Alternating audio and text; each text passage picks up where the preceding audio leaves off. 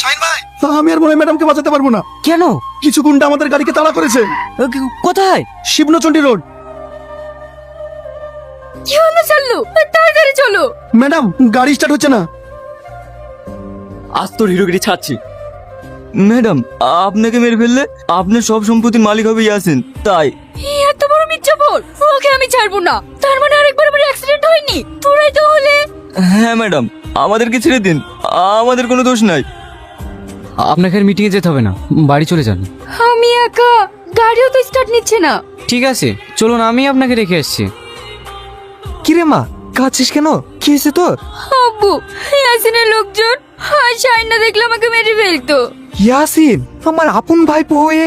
হ্যাঁ আব্বু, সেদিন আমার অ্যাক্সিডেন্ট হয়নি, তোমার ভাই বই আমাকে মারার জন্য লোক পাঠিয়েছিল। কিন্তু ও কেন তোকে মারবে? আমি মারা গেলে তোমার যত সয় সম্পত্তি ওর হবে তাই। ইয়াসিন এত নিচে নেমে গেছে? ছি ছি ছি ছি ছি, আমি এক্ষুনি থানায় গিয়ে ওর ব্যবস্থা করছি। শাহিন, তুমি যে আমার উপকার করলে, এর ঋণ আমি কিভাবে শোধ করব? না স্যার, ওইসব বলে আমাকে লজ্জা দেবেন না। আমি আসছি তাহলে। তোমাকে বাড়ি যেতে হবে না, তুমি এখানেই থেকে যাও। আমার মায়ের শরীরের অবস্থা খুব খারাপ, আমাকে বাড়ি যেতে হবে। ঠিক আছে, তাহলে এখন যাও, আমি পরে দেখছি। কিরে কালটু, তোদের ম্যাডাম আছে না টপকে গেছে? ম্যাডাম আছে, কিন্তু তুই থাকবি না। স্যার, আপনি আমার বাড়িতে? বাহ, কটা সম্পত্তির জন্য আপন চাচাতো বোনকে খুন করতে গিয়ে তোর হাতটা একটু কাঁপলো না? ওকে থানা নিয়ে চলেন।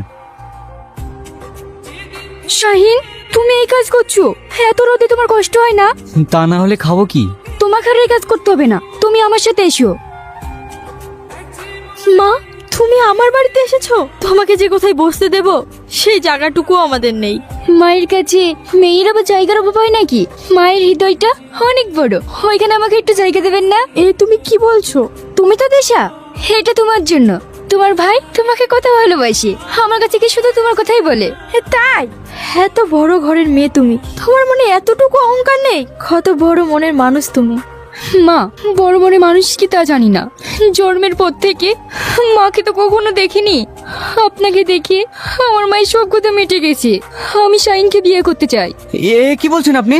তাই কখনো হয়? তুমি থামো, তা না হলে আমি ওনাকে মা বলবো কি করে? তুমি জানো না আমার মা নেই?